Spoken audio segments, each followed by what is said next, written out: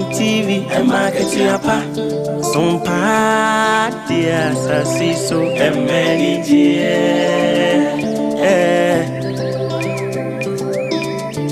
Ajuma yesimini aketi enti usumu ansumyo aduna bema wanya aketi yapa ewa sasiso ewiasim basum na wansum ye dia fanyina mose wansum bisa usum ye maketi yapo eni je di sompa dia e maketi yapa sompa dia sasiso emeni je Sompa FM, Sompa TV, market yapo, Sompa tie, MIG.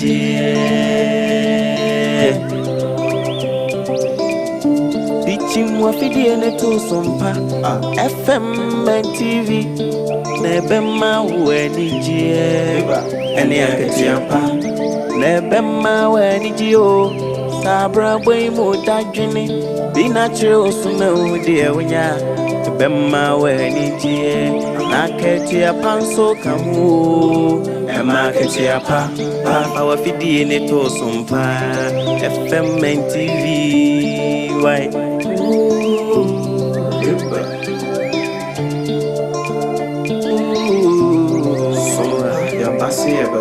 Yasim sompa mani jeni akatia pa na unu warada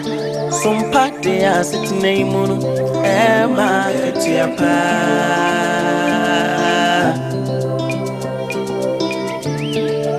Ye no mai munsam makudi munsam dina ne kasebo Bitisam ni jasu semina Sompa dia ba mampu Sompa FM ema ketiapa Sompa TV MNG Sompa TV MNG Oh, wisdom ni mitie Sompa FM he Sompa TV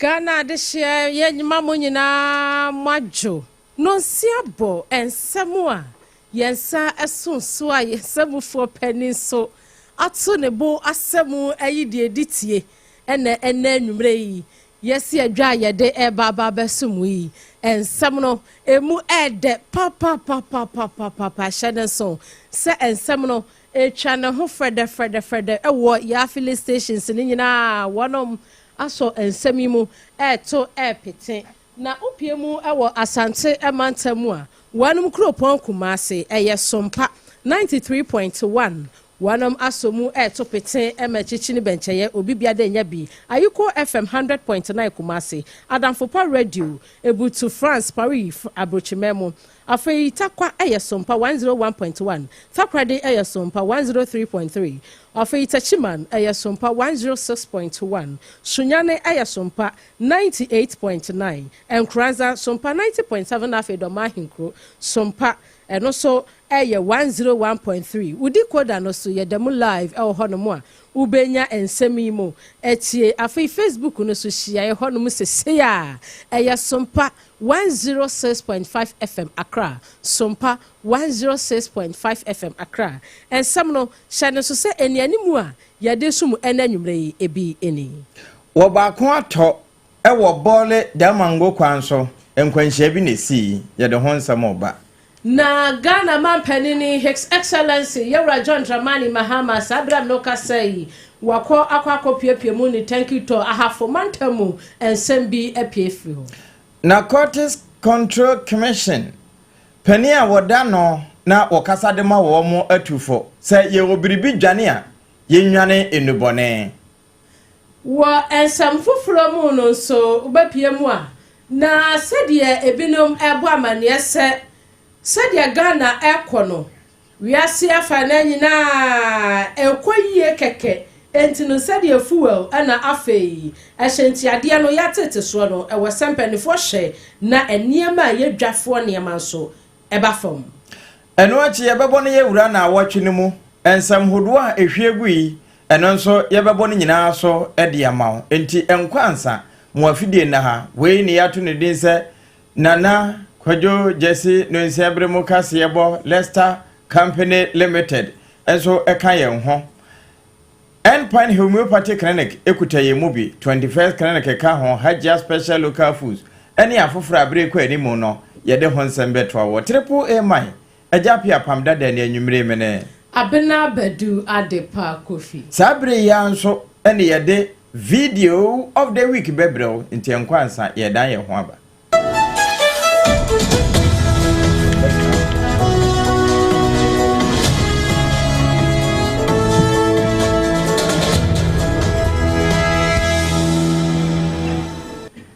afi yenye brena ensem no yentutu ne sre ene na basa emfa emmawo na yefiri ase a awerehosemi so na yegina na afi yede afiri ase ede afiri savana mantan no mo enkwanhia kese bi asi ewo bole damango ekwan so enam sayo so ema wakra ba konkora enama no sesia dakura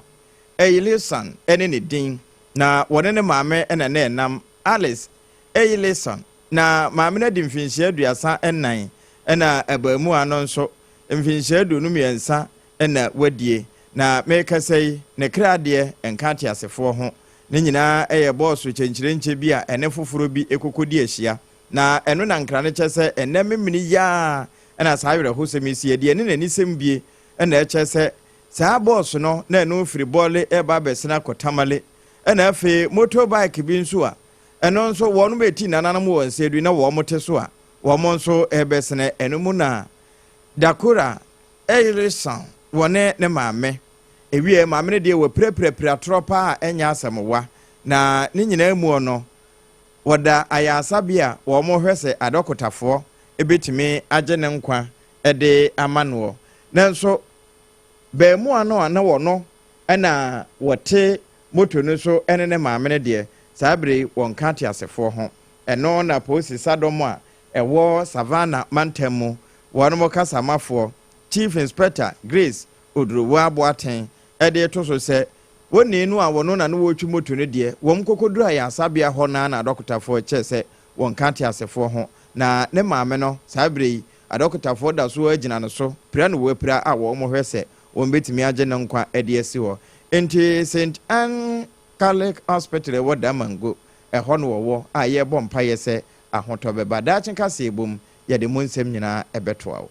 na abusua ye nyina ye nimse Ghana ye mampanini His Excellency Yewra John Dramani Mahama efiti bra woso afenamu esha ye kantam dinse na yesanso de banwa kese no ema no etena so ni mprenu so no na eho akohia se wobeda Ghana de hye nyina ase enti thank you to wa hyehye so a wa commentam ni bia na na ya me no kase wa kokopie mu ewo ahafo emantamu na dwumadie na se no no na no de sem etodwa no wotire mu sei wono se de ne na ban amanyoko NDC emefamiamiawo womani ewokuaye ho no enya asem ketwa wanom se yafono na bo kanti se entosi bu jene bu nyadoa bu moko bu bibie bu na ye bulesia eno ana baboa yen amayanso yesika kakrankra ebre ne bra no no ye adwuma ye ditua yen ka no eno so ebetimi aso yen akwankro na adwumadie na se no ne yamani boni Ebenezer Wusu ansa ewase a watase no sabesepa ani kwenna hahan a wade ebesom yei enti no Ebenezer watimenka maadwe na wode wani kwatwawisie ekwasamu ewadwumadie na se no sade ekoye bone tofa esom yei ye ne atiefo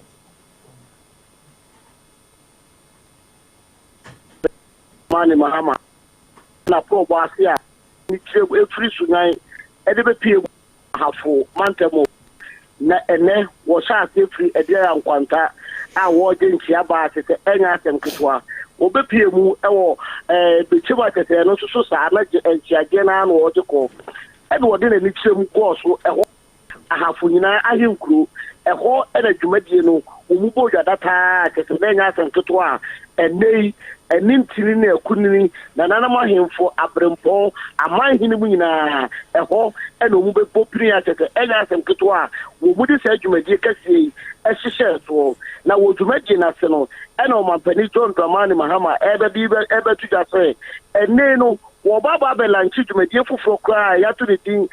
Ghana Labour Export Program Ghana Labour Export Program yi ɛba abɛboa ama mɛguru binom a wɔ mu ɛwɔ ɔman mu a kyɛsɛ wɔbɛsua no nnwuma bi te sɛ vocational technical education a ebi te sɛ 3-year ade pam ɛna electric credit no ɛna ɛfuomu dwumafoɔ nyinaa nso so no saa dwumadie no wɔ mu ɛba abɛka bom a wɔ mu do mu ba bɛkɔ aman ahodoɔ so a ɛwɔ wiase afanan yi no na wɔbɛtumi akɔyɛ adwuma na wɔbɛtumi anya sika aba abɛtu wɔ bobotom na afei nso so no wɔn mu de bi aba abɛhwɛ wɔn abusuafoɔ ɛwɔ ɔman Ghana mu yɛtɔ so mmienu wɔ saa kyerɛ mu sɛ ɛnɛ yi wɔn akasa ne agriculture panyin a wɔn na da agric ministry na no wɔbɛkyerɛ wɔn nyamfoɔ ɛrekɔpoku wɔn mu ba abɛka bom a ɛnɛ no 200,000 hectares of lands a ɛwɔ ahafo mantam hɔ no ɛyɛ ade sɛ wɔn ba abɛgyeɛ na botaeɛ no nyinaa ne sɛ wɔn de ba abɛdua kookoo a kyɛ sɛ kookoo dwumadi a akɔ fam ɛwɔ ɔman Ghana mu no wɔn mu ba abɛdua kookoo yi bebree na ɛtumi aba abɛboa ma kookoo nso so ɛtumi gyina ne nan so pa a kyɛ sɛ ɛnyɛ asɛm ketewa ɛhɔ na ɔde bɛtu dwa akyerɛ mu sɛ wohwɛ kookoo dwumadie na afei nso so kookoo akuafoɔ mu ɔman Ghana mu no a adeɛ baako pɛ bi na wɔn twɛn anaasɛ wɔn hwɛ wɔn pɛ tie ɛde afiri ne hɔ ɛno ne kookoo ntumu no wɔsi afi wɔasie bie kookoo sɛ kim ɛyɛ adeɛ sɛ wɔne ne kookoo wɔne agriculture minister ɛnso so ba abɛka bom na kookoo nso so ntumu no wapɛgyam sɛ bum ɛde ama wɔn akyɛ sɛ ɛnyɛ asɛm ketewa na ɔmanfoɔ bi no mu wɔn nso so do kookoo ɛna afei nso so wɔn yɛ kookoo ho nneɛma nyinaa no wɔn ani ɛba abɛgye paa na ɔkasa na ɔse sɛ wɔawo ne kookoo deɛ wɔabɔ kapa akyɛ sɛ sɛ sika no a wɔde bɛba no ɛbɛgye nkɔfoɔ nsɛm koraa ɛwɔ ɔman mu akyɛ sɛ ɛnyɛ asɛm ketewa na ɔtoa ne kasa so na ɔkyerɛ mu sɛ wohwɛ ɛnɛ adeɛ baako paa sukuufoɔ nso so mu ɔman Ghana mu nso so no ɛhwɛ anim paa baako nso so yɛ nursing and teacher training allowance no nso so no ɛyɛ adeɛ sɛ wɔbaba bɛtua ne nyinaa kyɛ sɛ data na aban data na buru agu hɔ nyinaa no yɛ adeɛ sɛ ɔbaba bɛtua ne nyinaa eti sɛ no kasa teacher training na afei so nursing training foɔ a wɔn mu ɔman Ghana mu no nso so no ɔbaba bɛtua ne nyinaa ma wɔn nso ani agye paa eti ɛnɛ wɔn ne dwumadie n'ase deɛ nhyɛ bebree na ɔkaeɛ na wɔabra wɔkasa wɔ dwumadie n'ase no sompa kasebɔ yɛtwi bi gu apawa so mumie kotie kɔ ɔfa so ɔkyekye mu kyerɛ mpanimfoɔ a no mabɔ ɛwɔ dwumadie n'ase. Enti no Ebenezer yɛbɛtie wɔ mampanini ne nsɛm wɔde to dwa no waho na wo kasa no wo see how many hectares anaasɛ acres ɛna mampanini so wɔbɛhia na wɔde ayɛ kuya ɛwɔ mpɔtam hɔ yi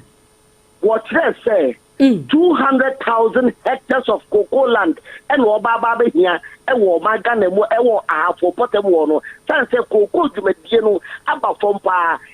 200,000 hectares, and Obaba here, no so Edge cocoa, let my baby pick a cocoa, and Womagana. It is a 7 category, was an animal here for water, 200,000 hectares of cocoa land, and Obaba here, not yet cocoa, and Mo yabada se papa na gina so enkwansa ne entie o mampanini ne nsam ne mrasisia.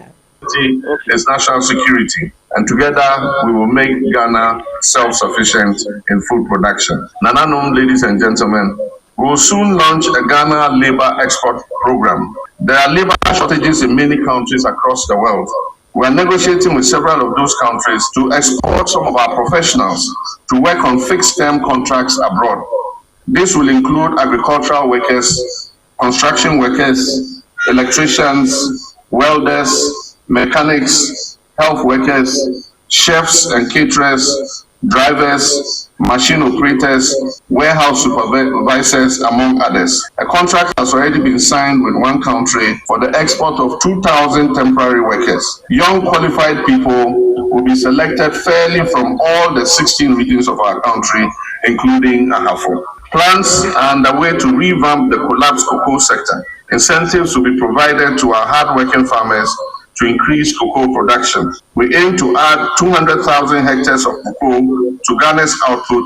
in order to increase income of our farmers. And to cocoa farmers, the Cocoa Board Chief Executive has informed me that in August, they will announce the new cocoa producer price. Next, let's say Vuvuzela no. Elia him papa enti ebene. Yaman penini akasawie ye no. Wasanso di tuja bia ya wobesanso akọ ni nyina fa thank you to imu ana. Edase ene wode ahafo thank you to ni nyina ebe wiye na ye nyane tie se sabra mno kase no wode nani akyerem ewa asantemantema wono susu ede nani baba bebo ode nani ba eba be pim asantemantem na asie kese a wode baba ma asanteman no susu no eno susu wode aba be pim eti sesi amno kase de wonam kwamu a wo ba na o dwumadie na tekura no woda ma empanifo bi no wo sa dwumadie na se wo bo so aboa pa ye bia aboa ma enei so wo ba hafo potamu ha wo ma ye bia pa ebi ti se Collins Dauda Eriko Poku Dr. Hannah Louise Bisu and also businessman bi so wo so a wo bo order na assistant say wo bo nyina abo mu homode a wo ma boa ma ene ahafo etima fa ne to ba pefra no de asida piesie ma wo mu kire say wo mu tu aba ne mu ayati wo mu kapa tan se baby bi wo ho a e wa hafo no na nya de so wo di seat da then so ne no wo ba hafo a akwakoye 5-1 na se NDC amanyoko no ekuta 5 seat against MP amanyoko no ekuta 1 seat no etu wada wo ma se pa say the bit order wo ba se biem se bi tan toso na mre biem se be ya ahofo mantem no ye ka be a wo butu abakese e de ma NDC no so a wo mbetima di wo mu se ti wo mu bo se ahafo so ye NDC strongholder e ba be bo ama butu no se butu de wo be ye wade kwan nyina ya de se wo be ye pa de abo wo mu ama mu so etima fo mu to ma pa fra eti prepare de woni mnyafo John Dramani Mahama e bi na ni chemu e wa asantemantem aba be to thank you to no so mo yabeda se papa ene wa ma ne boni adwumadene a wa body asom o my Ghana why me da simi aba abusia ye ne ama ne boni Ebenezer osu ansa wono ne bre ne bra no waton kra efri ahafoano west ene ahafoano south west ene south east ede SOMPA eneja omanpanini His Excellency Yera John Dramani Mahama ede thank you to akopie mo hanmu a wodi akire etase ne sebesepa eni kwanima hahai a wode asom yen ene shananso se ya toothpaste no nsiabre mu kase yebo we eye weekends de ene eguso a ye be ede mawo no video of the week ene ya na yede tudwa etiba bia wo bia Facebook no so SOMPA 106.5 FM unyamfro panwa na wafo na ye nyina ya be ede abom medura National Commission one mabobo Narcotics Control Board ana commission one mabobo na miwura kanene ye fro wo Narcotics Control Board for ese ye commission na nakokofo na ekasai pani a wono ene kasama wo mo yewura Francis Amwa ena wode to so ache se enubone a yaka ho asemfiri tete akatepe so ebesi sabire nyina no wonua ensam wo akire na ensam a wo akire no ebia na ya adwen ma so na wode sansem tuja bra oba pa kosu agwo aboaje kosu enhirate na se wo hot bite so ena na wone na ebo nkomo no wo busa enubone no kwan a ye befa so atimi atwa abahwe ano ne nyina ye nensam mu se de posi sadom no ene na kokofoi wo moni abre na wo mo chichichi binom a uhu ase pasre amande bikura se kuani ne nema odi firefu mu ba ne ya bone boto mu boa na nso bewie no na yimodin koto na eho na wo busa ho nsem na yewura Francis Samoa ede ba beto so kire Narcotics Control Commission for no wo mu dwumadie titire pa wo no mu die wo manyimu ene emu nkyerɛkyerɛ ahodo a wo mo de ma na bra wo kasa no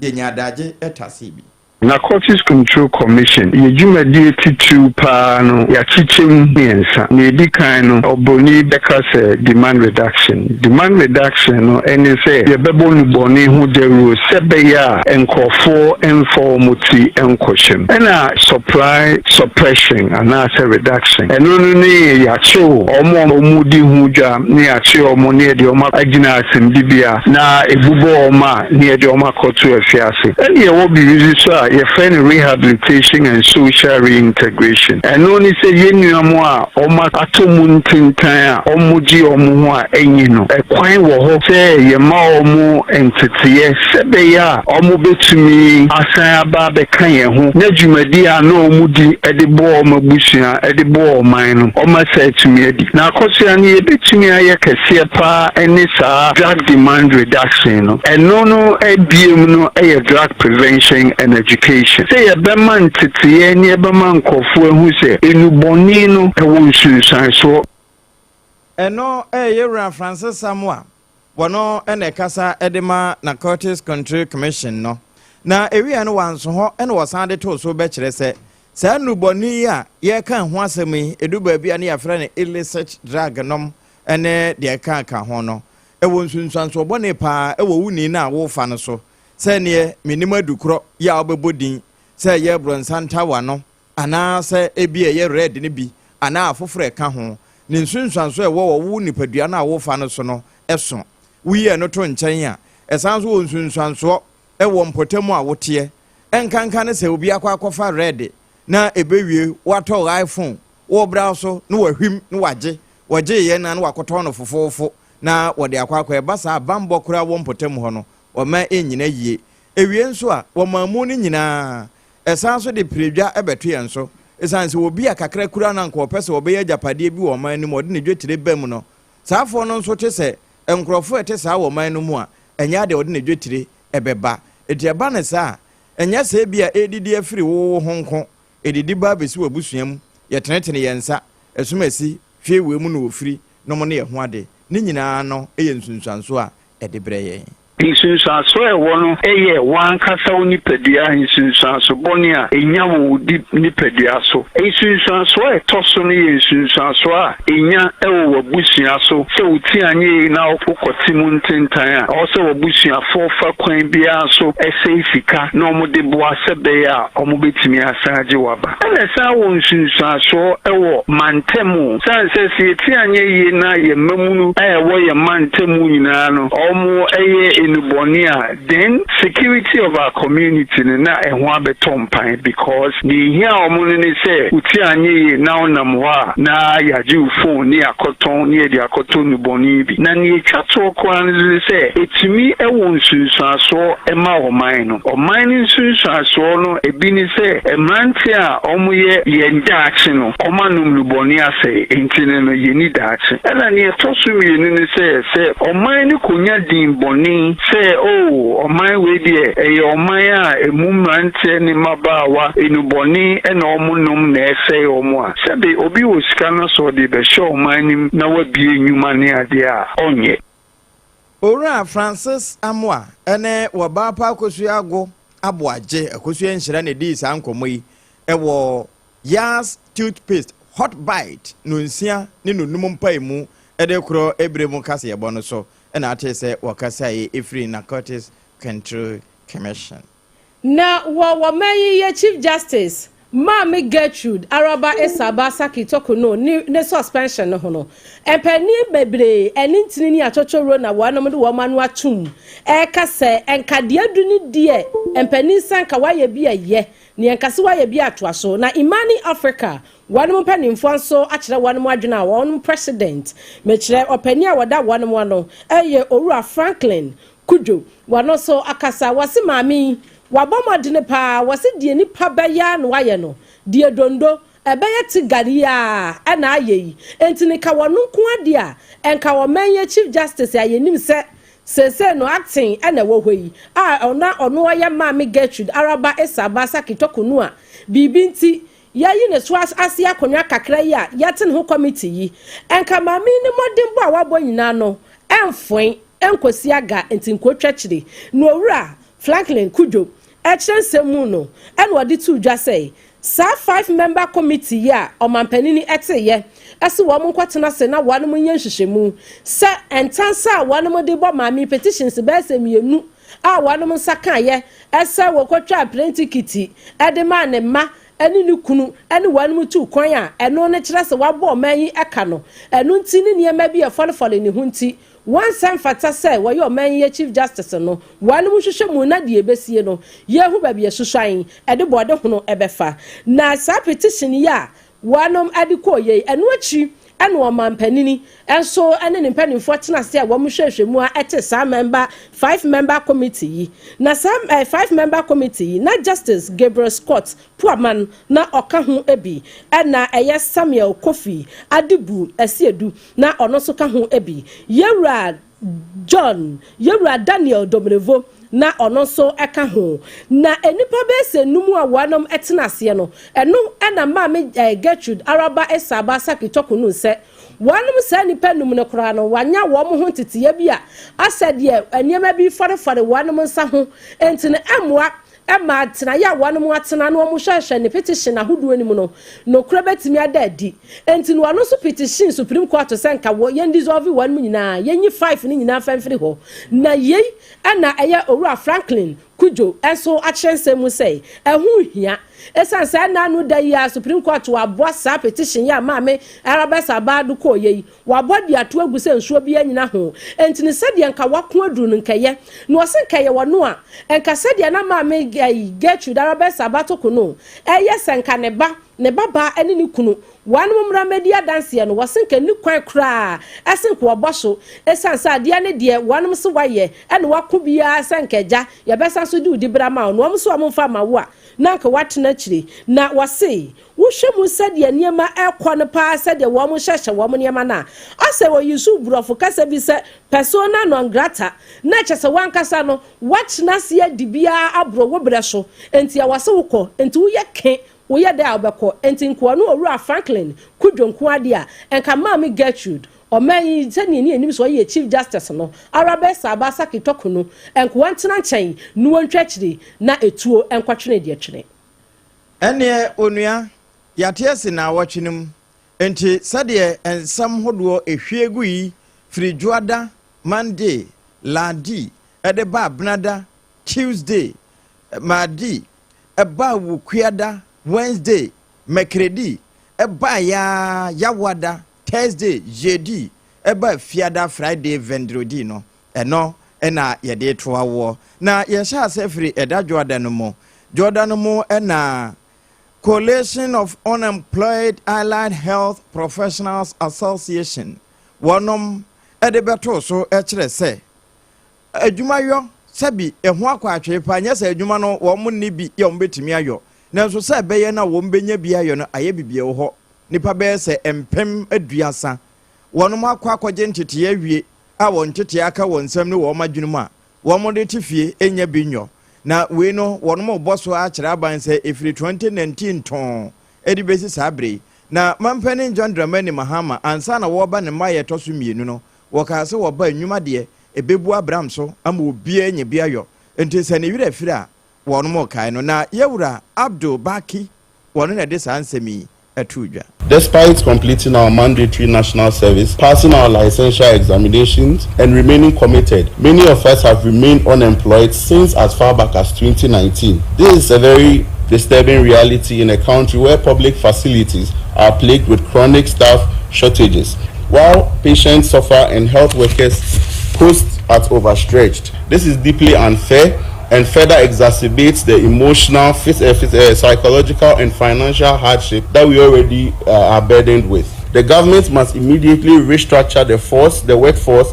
planning, and recruitment mechanisms in the health sector. If no decisive action is taken to address this issue, we will embark on a massive nationwide demonstration to demand our right to unemployment, fairness, and dignity. Hussein Abdul Baki Eneye Kasamafo Edema Coalition of Unemployed Allied Health Professionals Association of Ghana. Na wo ensam fufuro mu no ena no dwada ena ebeto dwase yɛn nyinaa yɛ nim sɛ kane no ɔpani a na ɔyɛ boss ɛde ma National Signals Bureau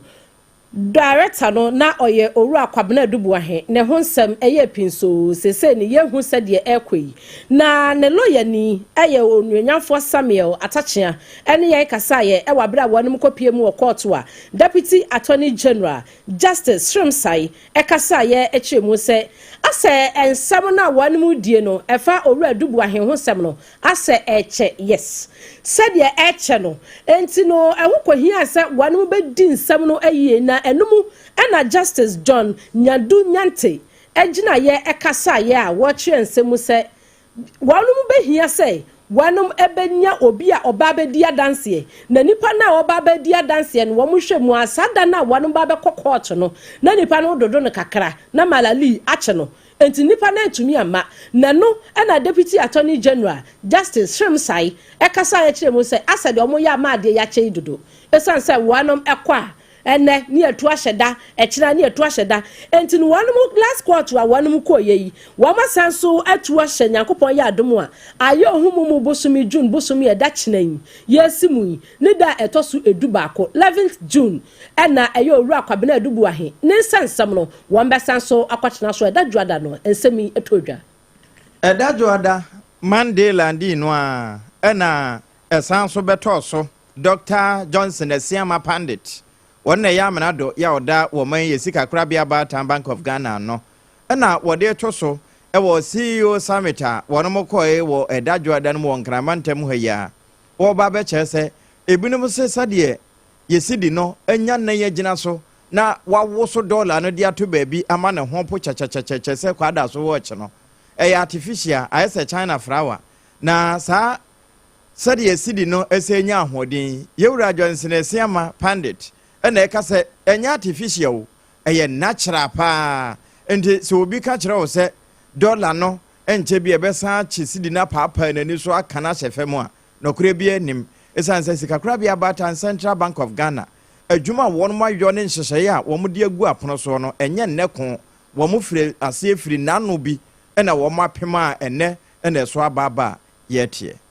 Our gross international reserves have improved to about 11 billion US dollars, which is equivalent to 4.2 months of import cover. And the cedi, our cedi, has appreciated by 24.1% against the US dollar on year-to-date terms. Now, colleagues, let me emphasize that the central bank is not, and the not is in capital letters. The central bank is not using its international reserves to support the cedi, nor are we engineering an appreciation in the cedi that will not be sustainable. It's all market driven, and the strengthening of the currency reflects a blend of disciplined monetary policy, tailored forex auction reforms, enhanced remittance channels, and stricter market surveillance. These are not mere short-term interventions.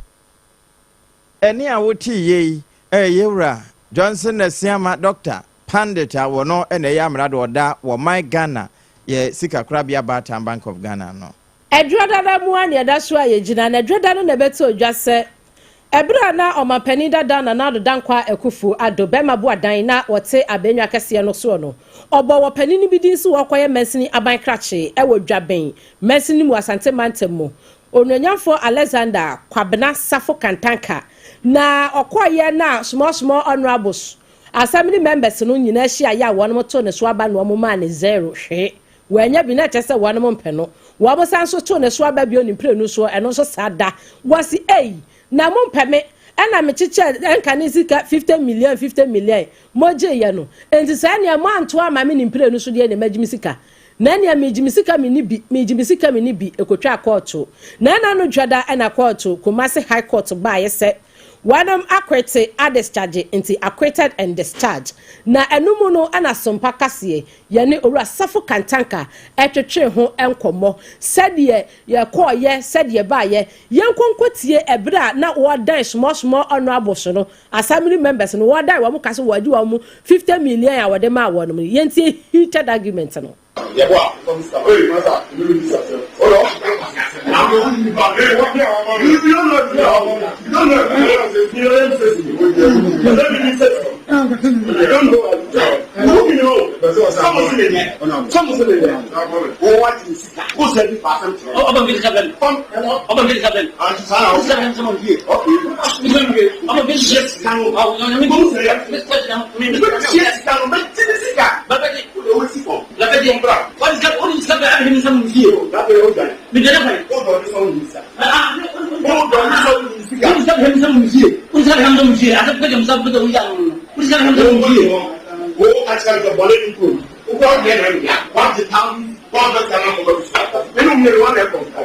Enti no na ne sika ne de ade na ahe koraanti sade na nebuafuo no akwa asomashmo anu aboso no so ese wakwa akwaji ne sika no na ye boy ntia ni nyina esi afempimienu ene aduonu emienu no 2022 na sade esi ya dwaben mesini ni mu ye boy ne dini ese wankwa ya MC ya owura Alexander kwabra Sarfo kantanka eya small anu aboso no ka se wonum mpenanko akwaji ne sika yi na ya kwete a discharge na kura Kumasi High Court edimun sembai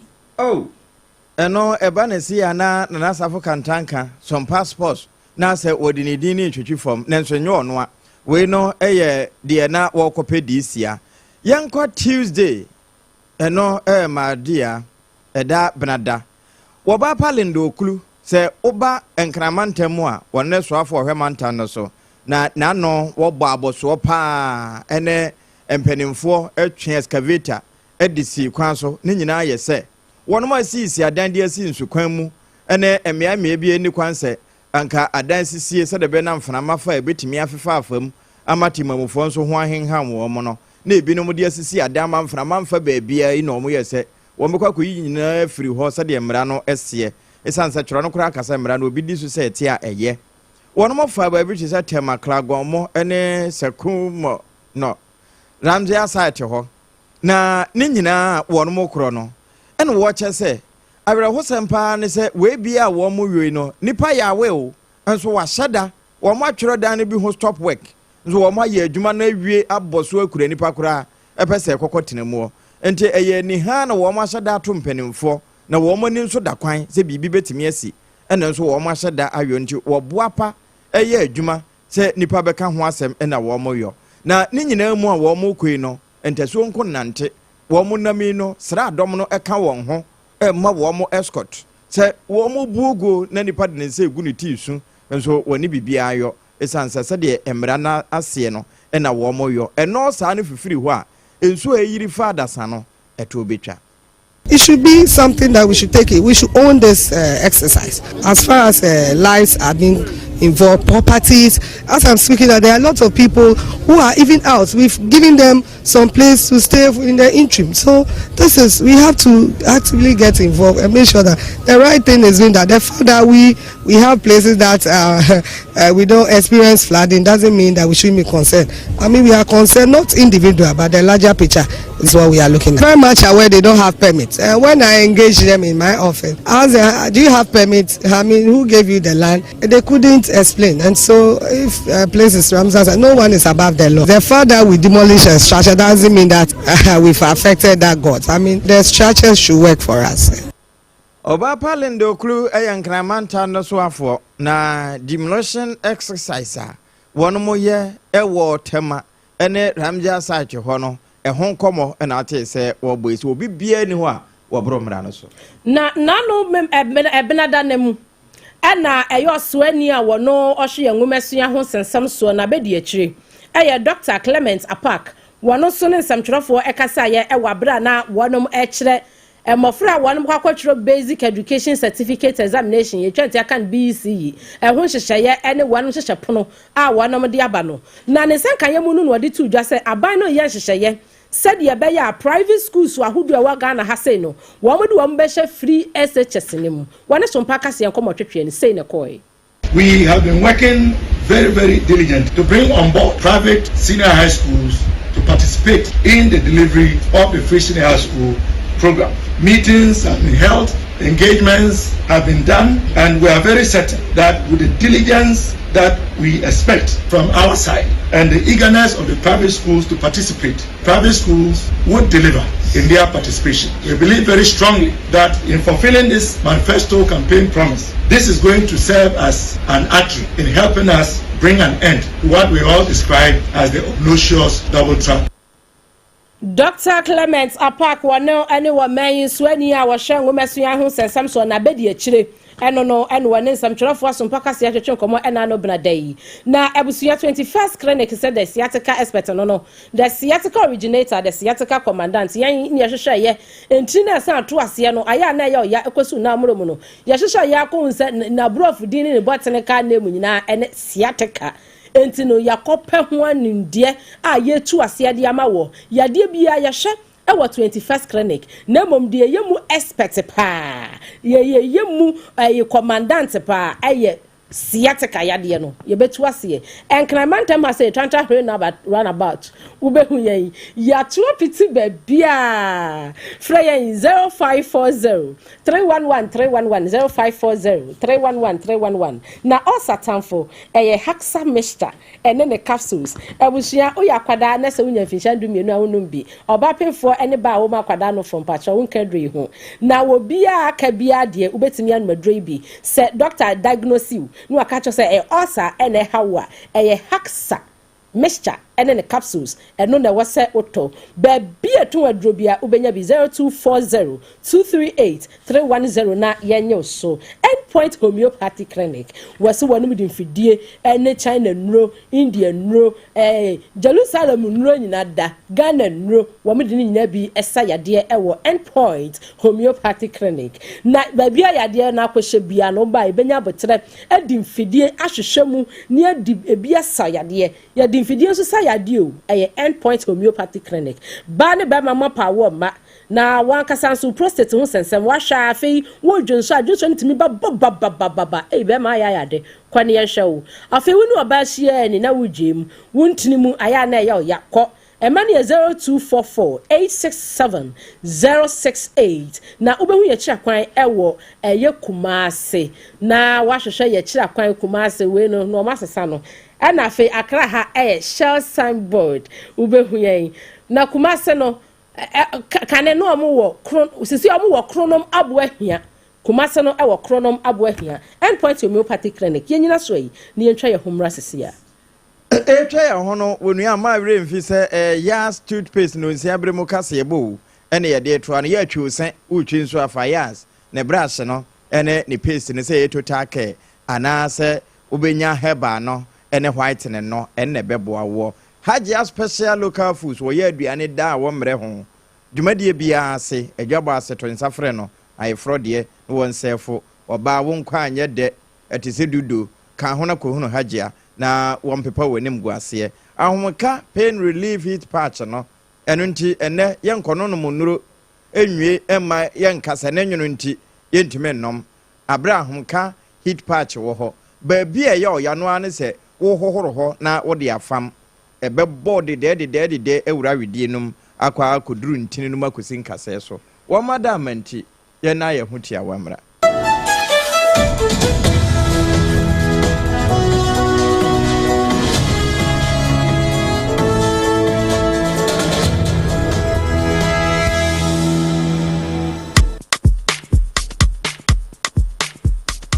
Kweku, minim se wa ye she.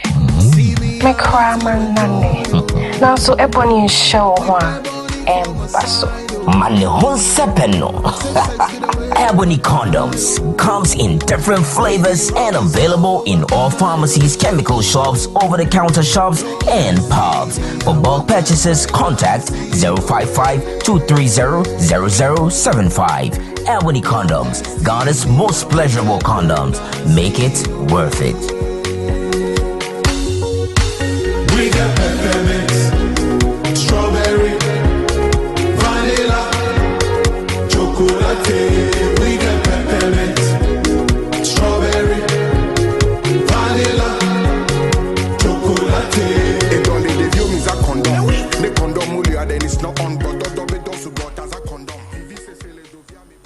Endpoint homeopathy clinic Ghana had the obi enim say ye prostate na baby omutimi ye screening ema hu ni ye etu ase a na eye endpoint homeopathy clinic anase eye kidney eye liver problem wo fa baby na adjujo na de fa ne premature ejaculation no a be ma bi a wo ne wodofo akwakwahia ase wo di ne ho agro ase wo tonte ene ye bra endpoint homeopathy clinic na ye moa wo ema ne mema mo pa wo eye endpoint homeopathy clinic wo mo dem fua yare bia infections bi ne wo ho anase bia wo hwa wo fa baby na adjujo kidney problem prostate de eye endpoint homeopathy clinic ahenema kokobe kumase ba ko ho ebe angel educational complex no ena akra hanso so de wo mo ginemu ankasa e was painted bebre friend share signboard no hudru na obusasa wo pe endpoint homeopathy clinic obia ebe kire for endpoint e wo 0244867068 and 0274234321 endpoint homeopathy clinic wo mo dem fua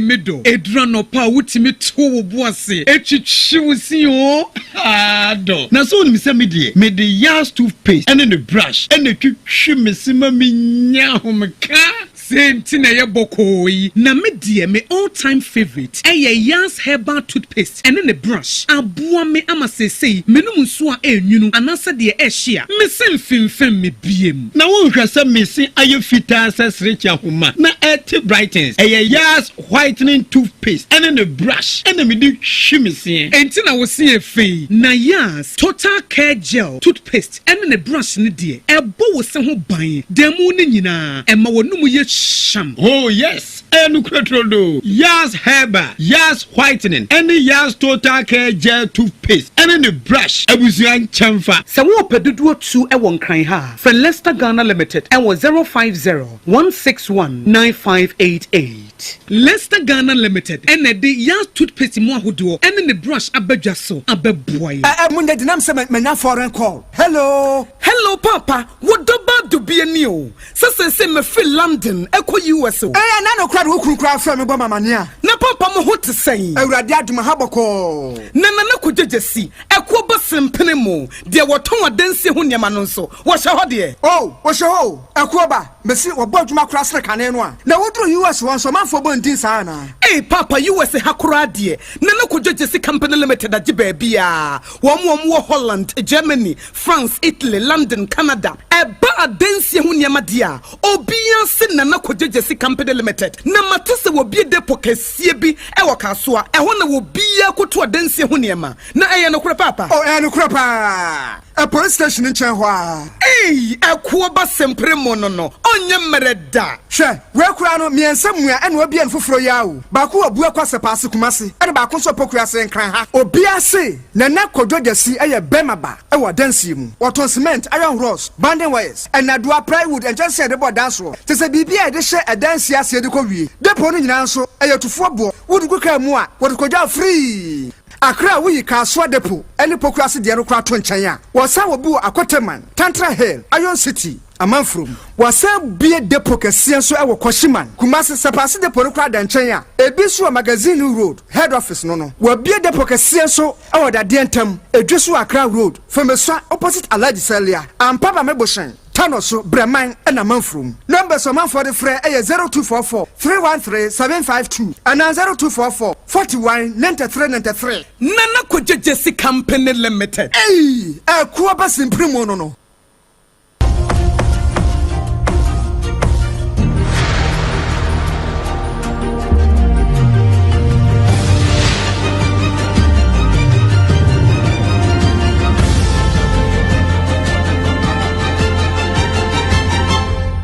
Pakasiebo ajibebia nokre ajibebia se emframa mekredi mu na yewurei eno eye eda okuada na okuada no mu no na mampani John Dramani Mahama woyi America mampani Donald Trump ensem bi o kan ya no ema abibiman dodo na bo won mu nsem a no na won mu nso a eye bibifo no wo mo ti America nyina ka se wotwea waka bi a kire no ne nyina yese mampani Trump editor so se niam bi koso wo South Africa asa bibifo ni ku abrofo no mo ne ye ho ade na eba ne sa na chese emwa o ensam ne de wokeka bi kura ka emra de fa ho ena mampani John Mahama de ba beto so kirehwe Russia hwede koso hwɛ deɛ Hamas foi wɔn ɛyɔ ne Israel nanso ɛno no wɔnhunu anka na abibiman de aborɔfo de yɛfam yɛ nanamo ɛnnɛ ɛho ka koraa da so wɔyɛ mu a ɛnkɔe wɔanyɛ biribi a ma wase a wowie san bɛbɔ no korɔ no ɛne wɔtetee bi ɛde ma Donald Trump na ɔpani kɛse a nakane no wɔhyɛ yɛsikasɛm ho sensɛm soɔ na ɛyɛ onuonyamfoɔ Ken Ofori ata ne ho sensɛm ɛyɛ pinsooyi na ɛna no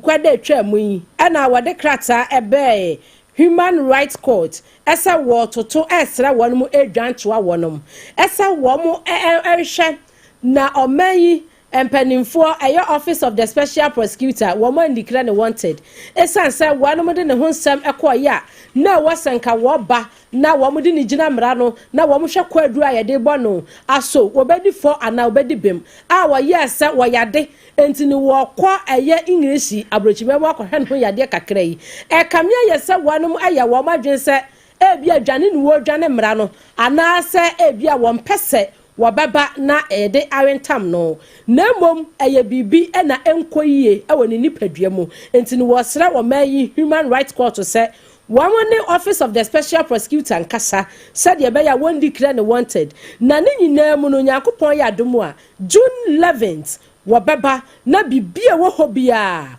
wɔn ɛne no aka ɛne ma yɛnwura mmarahyɛ badwafie Parliamentary Select Committee ya wɔnom ɛna hwɛ Sanitation and Water Resources ɛso na pani a wɔda wɔn ma no ɛyɛ wura John Oti Bless ɛna wɔde bɛto so akyɛ sɛ Finance Ministry no wɔnyɛ ne ntɛntɛm koraa na nipa bɛyɛ sɛ mpem ahanu wɔnom nyinaa yɛ binom a wɔn akɔ School of Hygiene awie firi mfie mpem mmienu ne aduonu baako ba besi saa bere yɛnkrɛ wɔn na kampɛ sɛ wɔn akɔyɛ adwuma nti ɛnyɛ wɔn sɛ fi mene yɛn edu baabi a ne yɛbusa sɛ nti kane samansamanfoɔ no wɔnom wɔ hɔ saa afo yi ɛna yɛfrɛ wɔn sɛ environmental health foɔ no nti wei wɔkyerɛ ɛde akyerɛ sɛ nipa bɛyɛ sɛ ahɛnwɔtwe bi yɛ a wɔn kura environmental health officers Ghana ratio no sɛ yɛ recruit a kama yɛ sɛ ɛho asɛm na yɛ bibia wɔ hɔ nti wɔbɛsrɛ sɛ clearance nkɔntɛm sɛ de bɛyɛ na metropolitan municipal ɛne district assemblies no wɔn bɛkɔ akɔyɛ adwuma na aboa ma wɔn yi yahonedie agyina ne nan so. Over 2,000 graduates, young graduates, have been sitting at home since 2021. Up to date, they have not been posted, and we think that is unfortunate. We know our own colleague and finance minister is a listening person. They should do everything to issue clearance to the ministries to enable them post these young graduates. Today you go to the MMDAs, an environmental officer is taking care of over 8,000, 9,000 people. How is that going to be possible? How are we going to succeed in the fight against sanitation? We want a clean environment. Yewura John Oti Bless say ura Ghana mrashe bedwefia Parliamentary Committee on Sanitation and Water Resources on the dano se chairman. ɛna no fiada no ɛna hyɛ yɛ a wɔn hwɛ apɔmuden ho nsɛm so wɔ microphone Ghana mu wɔn panyin a wɔda wɔn mu no ɛyɛ ononyamfo kwabena minta kando dwabo so ɛmra hyɛ bedwani wɔkasa a yɛkyerɛ mu sɛ aban yi ɛde sika 10 billion Ghana cedis chopable pa ɛde ato wɔn mu a wɔde kɔ akɔhyɛ NHIS apɔmuden si akyi aba health insurance no wɔn de kɔhyɛ mu sɛdeɛ ɛbɛyɛ bɛboa ama ayadeɛ bi a yɛ krankrɔ ɛwɔ adehyeɛ so wɔn kɔn so a yɛbɛtumi de ahwɛ wɔn ne nsɛm ni sɛnea afibia yɛ no national health insurance formula yɛde ba parliament na yɛ approve na nneɛma bi a saa formula yi ɛyɛ ne sɛ yɛwura John Mahama ɛhyɛ Ghana fo nyinaa bɔ sɛ national health insurance fund no sika biara yɛbɛtua no yɛbɛgya wɔ na de yɛayɛ yarehwɛ ho adwuma na kopɔn adaro mo bɛyɛ ɔmampanyin no 2025 budget ni mu no yɛsi yɛnyi saa capen no influence yɛyi afi hɔ nti 2024 sika ɛbaa na yɛbɛyɛ 6 billion ɛnam si yɛyi capen na free hɔ nti no sisi a sika yɛnya no ɛyɛ 10 billion na saa difference no deɛ yɛde bɛyɛ nie free primary health care afei so amaya hodoɔ ɛne nkurɔfoɔ a moboa yɛn ɛde sika ɛde hyɛ yapɔmuden nsɛm mu no saa mmere no obi ayiyi ne sika nti ama apɔmuden ahyɛ yɛn mu no yɛn ho kyerɛ yɛn paa yɛwura John Mahama sɛ yɛmfa saa sika no bi na baabi a tokuro da bia no yɛmfa nkɔkɔ hyɛ hɔ ma yɛtɔ so mmiɛnsa nso ɛyɛ fund a yɛapa ho to my friend Mahama Cares ɛno nti yɛbɛyi saa sika no bi ɛno so ne yɛde aba bɛtum Sashi Jabo Sumra Shebedjani, one on the Swenia or share Apomode Sensem so our Michael Ghana mo. onenya fo kwabena minta akando ena no fiada yi eno ne sompa kase twetwe sankomo yi fiada no ena ye vendredi na chese ye keka e de aba memeneda ye no ye samedi eno France kasa enti won me wadamfo pa radio nyina me boss yi won mahu e da fiada no mu ena yewura Bernard Nchibosi akon aye bone mrane se chema wuntumi ya ene se wo mo de ne ko iyoko na ekoko wieye no wo mo etwetwe no ama donkuma no kokko tenatena fam e o yoko aboboa no awieye wo mo yi ni firi ho e de ne ko National Investigation Bureau wonom aboboa no NIB ba wo kasa ya ansana wo bekwakura no wo teatea musu se Ghana fo mrew na ba bia duru ne dia wonya Ghana ni bio nom ne ho ade no na no fiada ena wo mo de ne firi iyoko edne kokoduru NIB fo wo ma boboa no a ne lawyer fo yewura apia kubia ndi ene dom no se wo mo hwe emra no se de eka na mom enya amanyosem wo mo ntieti amanyofo semfo no wo ma no enchesa ebewie na wo ma beti akwa akobonsuo enti se de emra ne ka no wo mo fa so sa pepepe adoma boa ama pani yi ne ho asanse abrobe afi de yadru no a video of the week for adventure ne bro SOMPA 106.5 FM Facebook wo kan hofro na share ye ne nyina nkoka mom enkohwe video no esanse okoro a enye de na enye de nso ye nyina nkoka asa ba kofo akora wo sere kora asede ne enya wo sere wa asede na wo sere kora enya sere e ba se enye nika ne mom ka bom na mo sere na asede na ye sere wonderful enti no SOMPA 106.5 FM na e share on Facebook no so ne fa video of the week no ento so na won so e kire wadwen e wo ho na edrusi say na o release stress pa said ye wa famu dwada kwasi ni fiada so no SOMPA sabra na ebe release stress kakra enti no wo hia ye on Facebook ni so sisi a na de na wa behwe wo ba to video ni din mayen to din mayen name the video okay on Facebook wonderful you name the video on Facebook enti no ba na wa like page no so dia maye moba monfro mra eye SOMPA 106.5 FM eko ba kon eko mienu repeat encore eko mienu repeat encore eye SOMPA 106.5 FM Facebook no so ene yi sa video no enti no wutie yi anu wa hia ho na wa behwe pa we apam na wutu nyum bi ansa na ye production room ho na wutu nyum bi se nipa anyade okwako die sabuja be video na atimu se wanu na panesa no akos anti waka eko ba kon eko mienu repeat encore eko miensa wonderful enti 3 eko number 3 fatoso ha enti no said your video ne tia na pam na da Facebook no so no enti abusia ya SOMPA 106.5 FM Accra na like page ni maye na wo de wo hwe video ya forward nchira fatu wanom na yemacha so de what the counterfeit na akoto wi ana se wanu akasa no said ye abrantie yi paatie ne shirt no de no wa fa se na tare mu wo say minim se eye apanche kwakọ ba na apanche kwakọ ba so ma apanche kwakọ small dog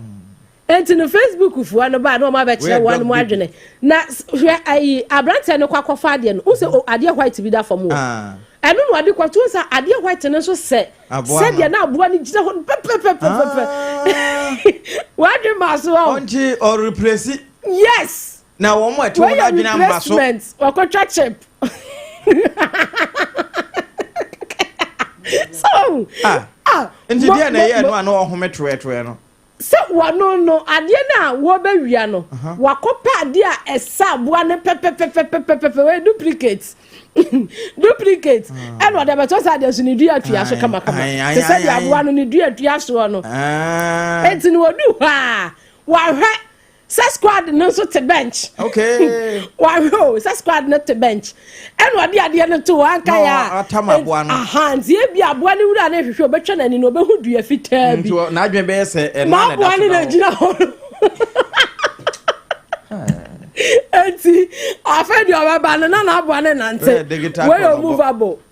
Ade no de to no movable. Move enye. Se wa hunu. To de kro no kode guitars no. What the kwade guitar. What the kwakura Facebook for na chira wa madwene e wa ha no musei. Enti na na mo for madwene chira na wa say restart the video for us yo. Enti na dia kantanke. Wa mo say rewind the track. Rewind the track for the Facebook viewers. Aha. Enti no SOMPA 106.5 FM Accra no abehwe Facebook no. Said the branch and skill pa wo yiye. Timi hu sa me koba kro no na edi adwene pa na apa mu. Ba ni tirimu a. E ba ni tiri. Otimi fa ade na ase dua so eno so wodua. E wodua ade no so hwe sa de ade ne tie woti. Abon kala no so ya ye pe. Ade no so woti.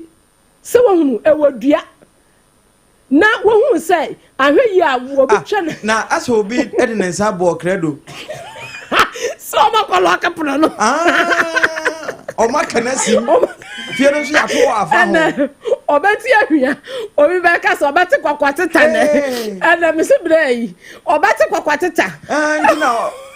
ase wo hu me ase wo su no wo hu ya ze ba kwaso le kwaka kredo na simu ana se kai ana dia liamia waliamia o lipa nyare. Wow. Hey, I was see I know release stress ni bi why na nipa so identity Facebook for you ya da mo ase papa I can comment no can comment no ane samaba ayo kantan kana na say ha wasresa stress ana topi Rebecca was a professional thief. Papa, hey, Edina no adiama no professional thief. Oh, the entire or professional thief in this way. Timmy Copa, dear sir.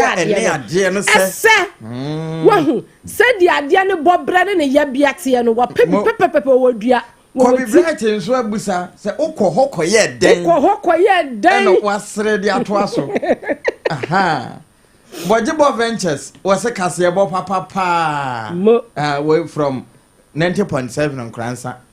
live. Yo, ya chiam Kransa for you. Kobe Brighton a car say restart the video for us. Sai boni view. Was a rewind the video. Na good evening. Where your hinana mensa jebia. Na me hwe ko mensa pillar 2. One day or the Nsembokra ne buy no say I'm watching a fantastic news live from Domi Pillar 2. Special greetings to Mr. Thompson. Wa hene babwachi next UK MPP organizer. And regional NPP organizers still maintained by Coleman's Pillar 2. Piaga.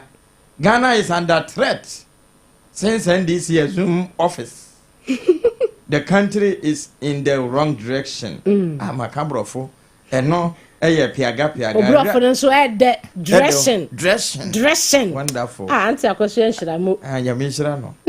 I'm not brofo. O say. See auntie question what brofo? Matimpo. Where? I'm chewing English. Rahim Ranking was say the great news is on SOMPA watching you live from Kentampo, Taguna City. Wonderful. And also the no. Na akua moaboaten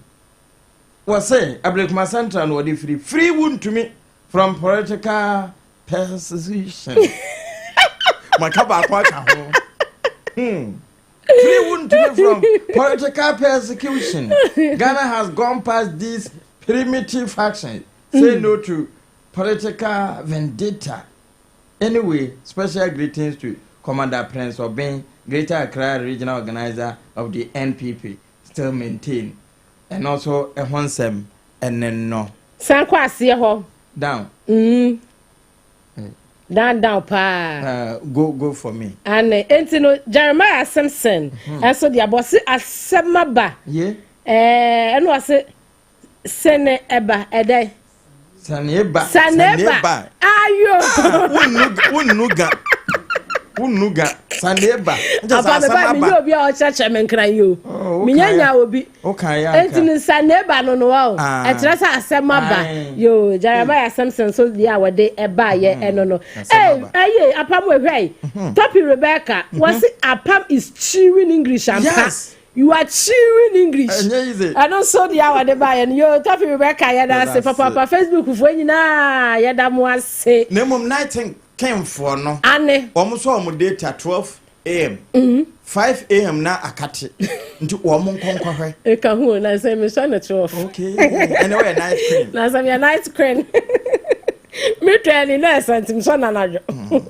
Wo kan so yira sam na tejo GT. Ane. Nti se take so na ntoto omo nema yi na wo je fine na. Ye de we mu wato. So December say 31st wow. Wa mo to June 30th. And June 30th no wo man yo mo niema yi na do December na and obe fine wo mo no and so MTF no odi wo mo di kan okay wo kasa na MTF no mo di kan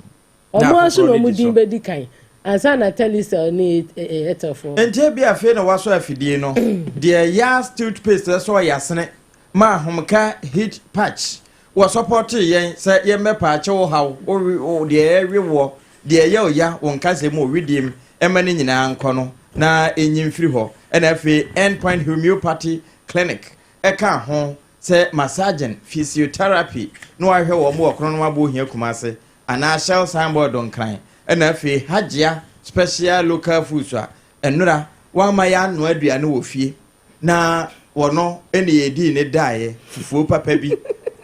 hachu atomeke hwa ene nampa